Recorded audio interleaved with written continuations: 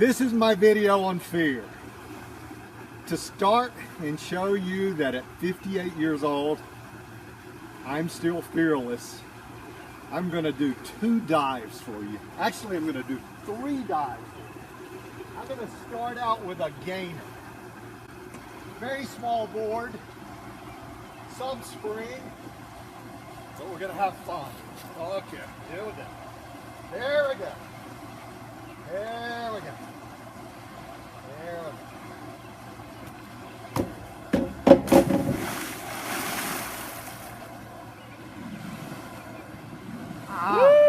Woo! Yeah.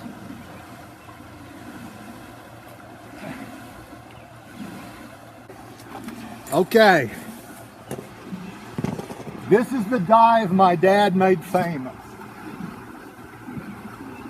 He did it until he was 60 years old. My dad was the freest man I ever knew. Do not try this at home. This is my definition of fearless dive.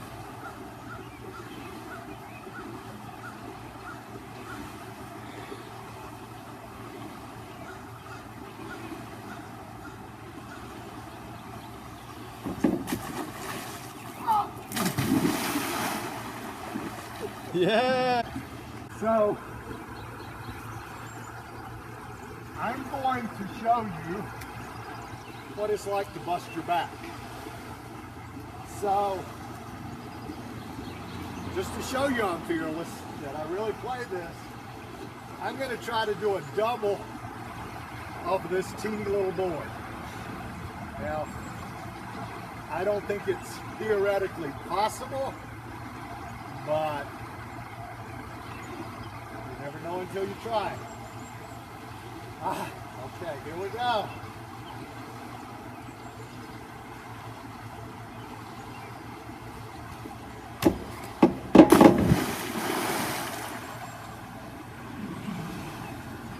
Not quite.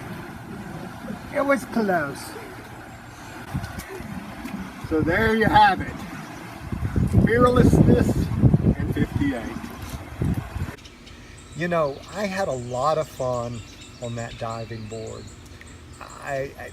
That brings me such joy.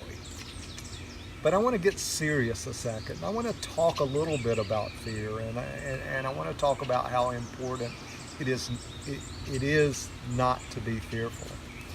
I want to read from my book, and I want to read on page 59 what Franklin Roosevelt said in 1933. Now, if you know 1933, that was right in the midst of the Great Depression.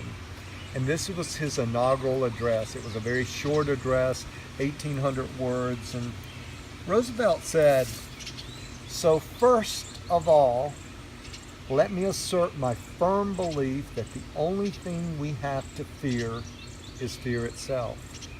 Nameless, unreasoning, unjustified terror, which paralyzes needed efforts to convert retreat into advance." What an incredible period of time that was. Over half the banks were out of business. Over half the wealth of the country was gone. This country was decimated.